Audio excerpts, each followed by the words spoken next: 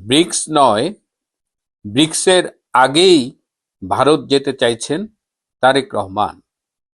কেন ব্রিক্সের সম্মেলনে যোগ না দিয়ে আগে যেতে চাইছেন?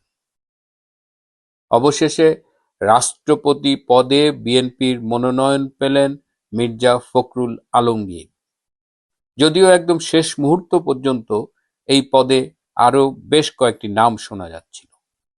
এর পাশাপাশি বাংলাদেশে হঠাৎ করেই জঙ্গিদের বোমা উদ্ধার, গ্রেপ্তার, বেশ কিছু তৎপরতা লক্ষ্য করা যাচ্ছে। এর পেছনের কারণ কি?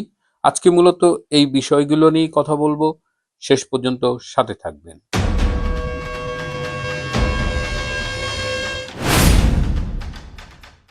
শুরুতেই রাষ্ট্রপতি পদে মনোনয়ন নিয়ে কথা বলি। 28শে জুলাই আমরা কিন্তু রূপান্তরের সত্যের পক্ষ থেকে প্রথম বলেছিলাম যে বিএনপির মনোনীত প্রার্থী হতে যাচ্ছেন মির্জা ফখরুল আলমগীর। কারণ আমাদের কাছে খবর ছিল যে বিএনপির হাইকমান্ড থেকে মির্জা ফখরুল আলমগীরকে তখনই গ্রিন সিগন্যাল দেওয়া হয়েছিল, তার হেলথ চেক আপ করানো হয়েছিল, তার বাড়িতে পুলিশ প্রোটেকশন বাড়ানো হয়েছিল। কিন্তু তারপরেও বেশ কিছু নাম শোনা গিয়েছিল। কিন্তু সবচেয়ে বেশি চেষ্টা করেছে বর্তমানের ভারপ্রাপ্ত রাষ্ট্রপতি মেজর অবসরপ্রাপ্ত হাফিজ। যদিও জামাতে ইসলাম একজন প্রার্থী দিয়েছেন কর্নেল অলি আহমেদ, কিন্তু জামাতে ইসলাম চেয়েছিল মেজর হাফিজ যেন রাষ্ট্রপতি হয়, এবং সেক্ষেত্রে মেজর হাফিজকে দিয়ে জামাতে ইসলামের কিছু লং টার্ম প্ল্যান ছিল, কিন্তু তাদের সেই পরিকল্পনাটি ভেস্তে গেছে। আমরা যেটি বলেছিলাম, এবং বিএনপি শেষমেশ মির্জা ফখরুল আলমগীরের উপরেই আস্থা রেখেছে। একজন রাজনৈতিক ব্যক্তির, বিশেষ করে বিএনপির দৃষ্টিকোণ থেকে মির্জা ফখরুলের যে অবদান, সেই ক্ষেত্রে এই পদের জন্য তিনি অন্যতম দাবিদার ছিলেন এবং বিএনপি সেই সিদ্ধান্তটি গ্রহণ করেছেন। এটি কিন্তু রাজনৈতিক দল হিসেবে তাদের একটি ভালো সিদ্ধান্ত। মির্জা ফখরুল রাষ্ট্রপতি হলে কেমন করবেন, কিংবা তার রাষ্ট্রপতির দায়িত্ব গ্রহণের পরে বাংলাদেশের রাজনৈতিক পরিস্থিতি কেমন হবে, কেমন থাকবে, এই বিষয়গুলো ভিন্ন কথা। কিন্তু দলের পক্ষ থেকে দলের প্রতি নিবেদিত, প্রবীণ, অভিজ্ঞ এরকম একজনকে মনোনয়ন দেওয়ার এই যে বিষয়টি, এটি অবশ্যই বিএনপির জন্য মঙ্গলজনক হয়েছে বলে আমার ধারণা। অতীতে আমরা দেখেছি কোনো রাজনৈতিক দল যখন তাদের রাজনৈতিক নেতৃত্বের বাইরে গিয়ে রাষ্ট্রপতি নির্বাচন করেছেন, সেখানেই প্রবলেম হয়েছে। সেটা অতীতে আওয়ামী লীগের সেই প্রধান বিচারপতি শাহাবুদ্দিন আহমেদ, কিংবা বিএনপির অধ্যাপক ইয়াজউদ্দিন আহমেদ, দুজনেই কিন্তু যারা তাদের নির্বাচিত করেছিল তাদের পক্ষে কাজ করতে পারেননি।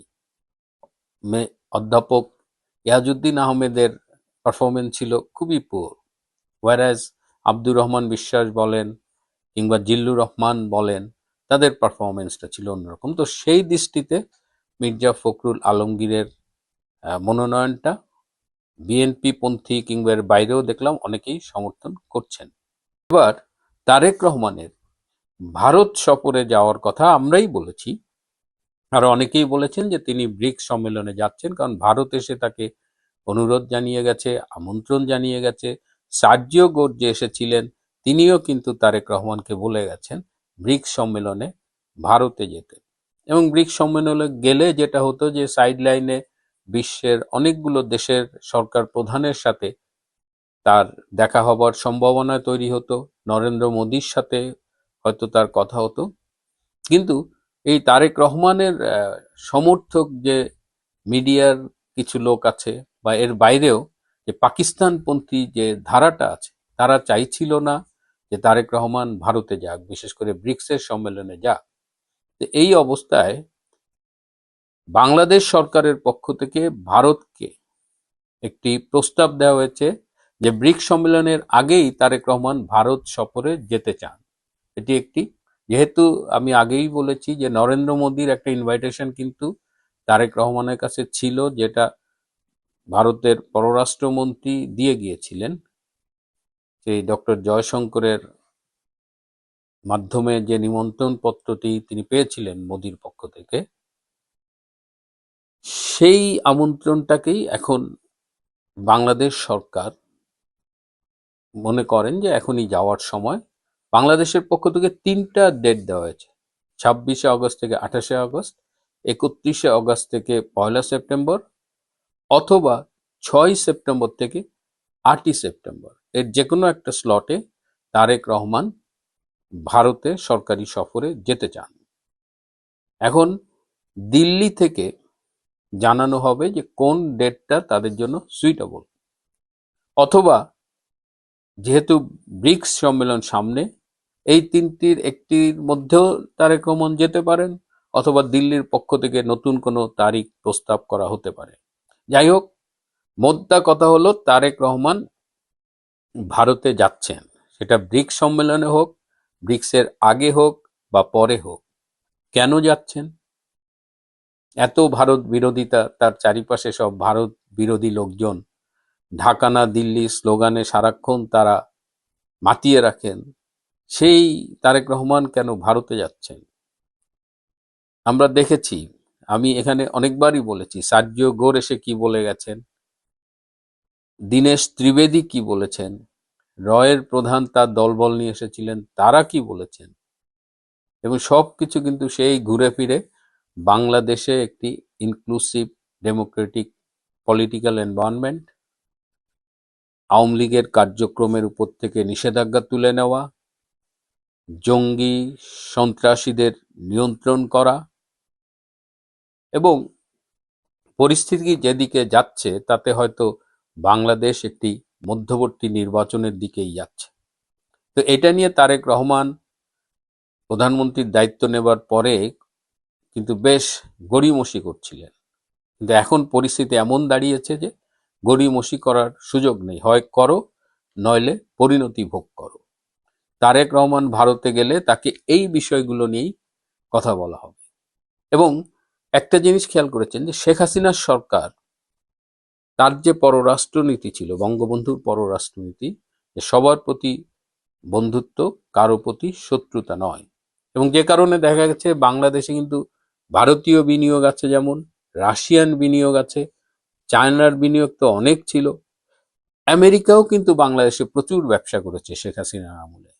আমেরিকার সাথে সম্পর্কের যতই টানাপোড়েন শেষ দিকে দেখা যাক, আমেরিকার কিন্তু প্রচুর ব্যবসা বাংলাদেশে ছিল। কিন্তু এখন সেই পরিস্থিতিটা নেই। একটা ফরেন ইনভেস্টমেন্ট আসার জন্য যে পলিটিক্যাল স্ট্যাবিলিটিটা দরকার, সেটা বাংলাদেশে এখন নেই। ন্যাচারালি ফরেন ইনভেস্টমেন্ট তেমন উল্লেখযোগ্য হারে আসছে না।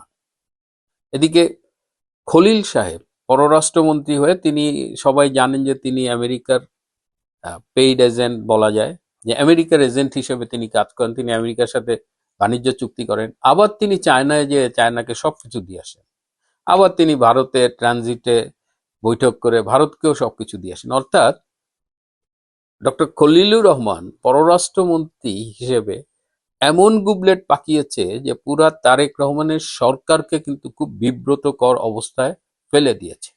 তার উপরে আমেরিকাও ক্ষুব্ধ, চায়নাও ক্ষুব্ধ, ভারত তো বিশ্বাসই করে না।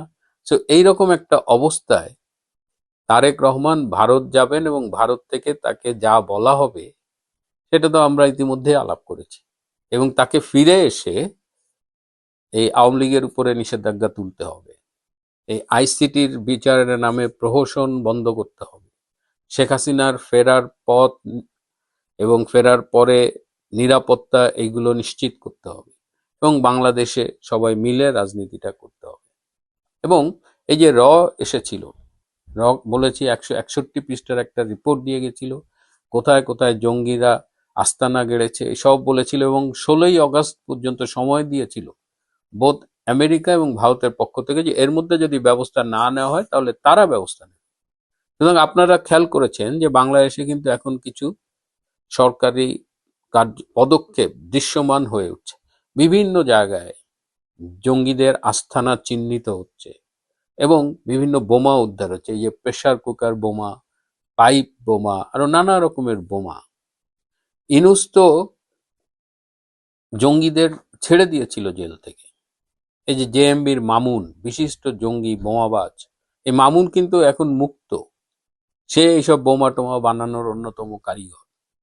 তো এখন হঠাৎ খেয়াল করেছেন যে এরা গ্রেপ্তার হচ্ছে, এবং একজনকে গ্রেপ্তার করেছে বাংলাদেশ সরকার স্বীকার করেছে, আরো 7 জন সন্দেহভাজন জঙ্গি সন্ত্রাসী তাদের গ্রেপ্তার করা হয়েছে, কিন্তু মিডিয়ায় আসেনি, বাংলাদেশ সরকারের কেউ বলেনি। এই 7 জনকে বিশেষ বিমান পাঠিয়ে ভারত তাদের দেশে নিয়ে গেছে। অর্থাৎ এই 7 জন সন্দেহভাজন জঙ্গিকে বিশেষ বিমানে ভারতে নিয়ে যাওয়া হয়েছে। ভারতই তাদের জিজ্ঞাসাবাদ করবে বা যা করার করবে। তাহলে এখন আমরা অপেক্ষা করি যে তারেক রহমান ভারতে যাচ্ছেন এবং ভারত থেকে কি বার্তা তিনি নিয়ে আসবেন। প্রিয় বন্ধুরা, আজ এ পর্যন্তই। ভালো থাকবেন, সুস্থ থাকবেন, তার চেয়েও জরুরি হলো নিরাপদে থাকবেন। সবাইকে অনেক ধন্যবাদ।